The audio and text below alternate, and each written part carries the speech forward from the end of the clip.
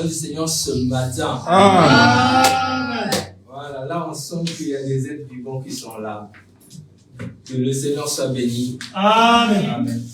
Alors je vais faire un petit commentaire avant que le prédicateur puisse monter.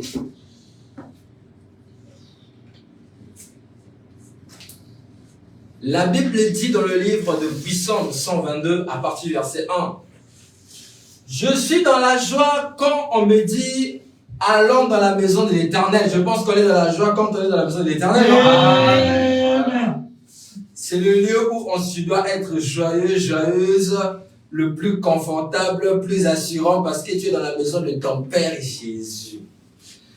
Nos pieds s'arrêtent dans tes portes, Jérusalem. Jérusalem, tu es bâti comme une ville dont les parties sont liées ensemble.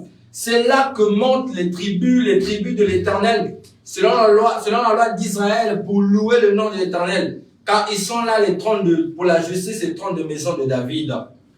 La station du prophète ici, dans le discernement de l'esprit, du paragraphe 18, c'est juste. Chaque homme, là on parle de l'homme en général, donc homme, femme, avec un H. Chaque homme devait avoir une église où il se sente chez lui. Amen. Amen. Donc chaque homme devait avoir une église où il se sente chez lui. Vous devez avoir un endroit et non pas simplement flotter ça et là. On les appelle des chrétiens flottants. Donc des chrétiens qui n'ont pas de position. Donc ils prient n'importe où.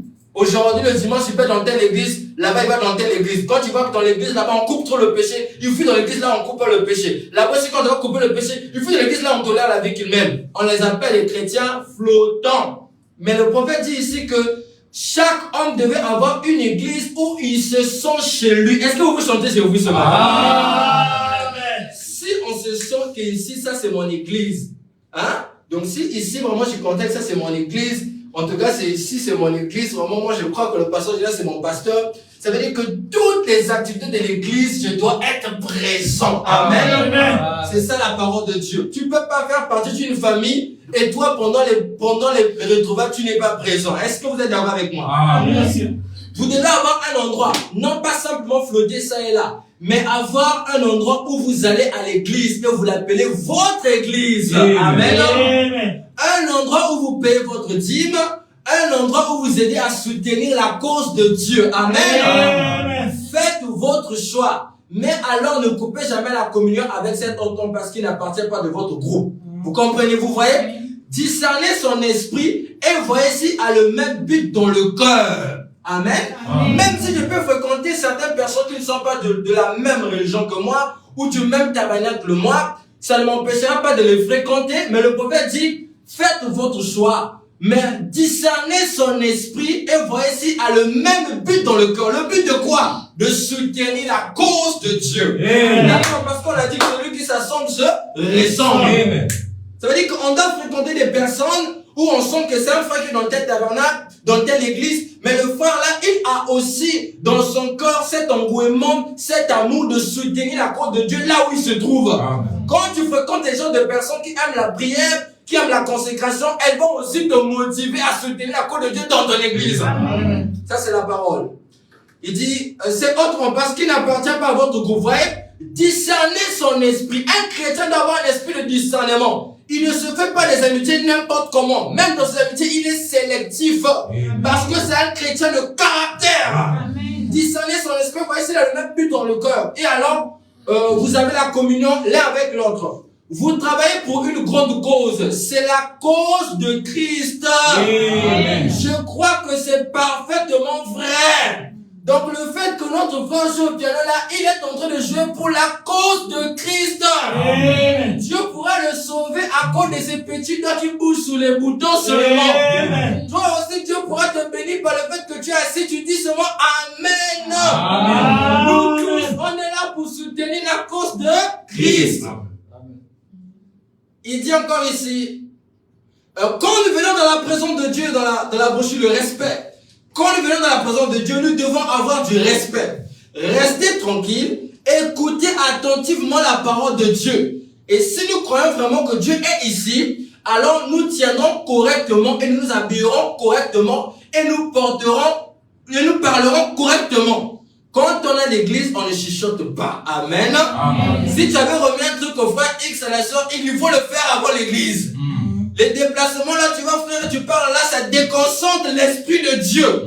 Quand dans la parole de Dieu, on est calme. À moins que peut-être que tu as la diarrhée, il faut que tu bouges, tu vas un peu comprendre. Mais tant que tu es en bon état, reste là, écoute la parole. Amen. Parce qu'on n'est pas dans un endroit où on doit causer chacun. Est-ce que vous comprenez? Oui, monsieur. Voilà. Rappelez-vous ceci.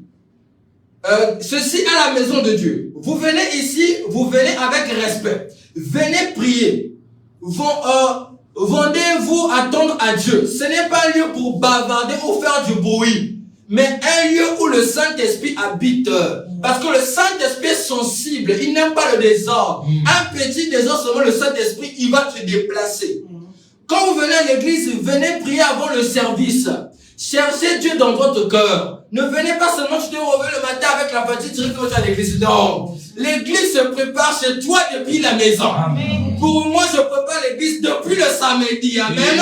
Parfois, depuis le début de la semaine, pour que Dieu puisse me parler, pour que je puisse parler à son peuple.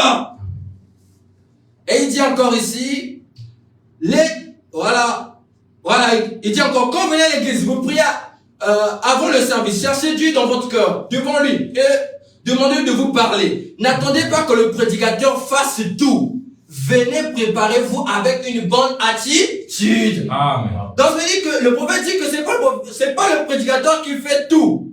Le prédicateur fait une partie, vous aussi, vous devez faire une partie afin que le culte puisse être une réussite. Amen. Vous comprenez? Amen. Le prédicateur, il prêche, vous aussi, vous êtes préparés. Quand le prédicateur prêche, il fait une déclaration, vous dites Amen, vous êtes connecté avec l'onction du prédicateur, Dieu descend et vous bénit. Amen. Les gens du dehors regardent votre église. Est-ce que vous le savez? Amen. Les gens du dehors regardent votre église. La manière dont vous vous comportez montre quel genre de vie chrétienne vous avez.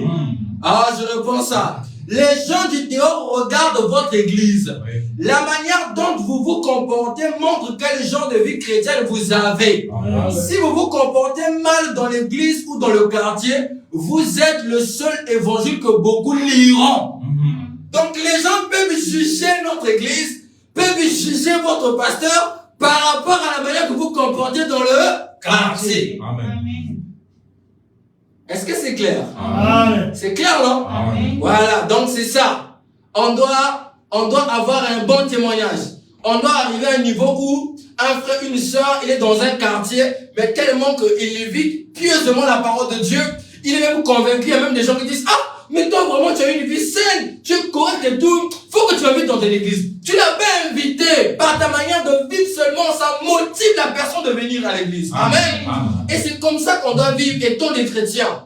C'est pas simplement que quand on parle là-bas, le Congo, ça tu te retrouves là-bas. Ah là-bas, les chocolats, tu te retrouves là-bas. Toi, tu te retrouves sur des choses bizarres. Jamais sur des bonnes choses. Ça, c'est pas chrétien. Un chrétien doit avoir un bon témoignage partout où il va. Amen. Amen. Même dans ta chambre, même dans ton salon, à l'école, partout tu es chrétien. Amen. Tu n'es pas seulement chrétien ici à l'église, tu es chrétien même à l'école. Vous comprenez? Même dans le bus, tu es chrétien. Parce qu'à n'importe quel moment, l'enlèvement peut venir. Amen. Vous comprenez? Amen. Tu ne diras pas que non, bon écoute, je vais te prendre, bon, parce que tu as commis, donc je vais d'abord te comprendre, après plus tard je vais te dire non. Aussitôt fait, aussitôt frappé. Amen. Est-ce que vous comprenez? Amen. Donc c'est ça. Donc là, vous avez compris que ce n'est pas simplement le prédicateur qui fait tout, mais vous aussi, vous avez une part de responsabilité. Donc, ne dormez pas, parce qu'ici, c'est pas un dortoir, il n'y a pas de lit ici à dormir. Au moins, il y a une position assise, vous devez écouter la parole de Dieu. Amen. Amen. Voilà. Que Dieu nous bénisse. Amen. Alors, on va s'élever dans l'esprit de prière pour appeler le serviteur de Dieu.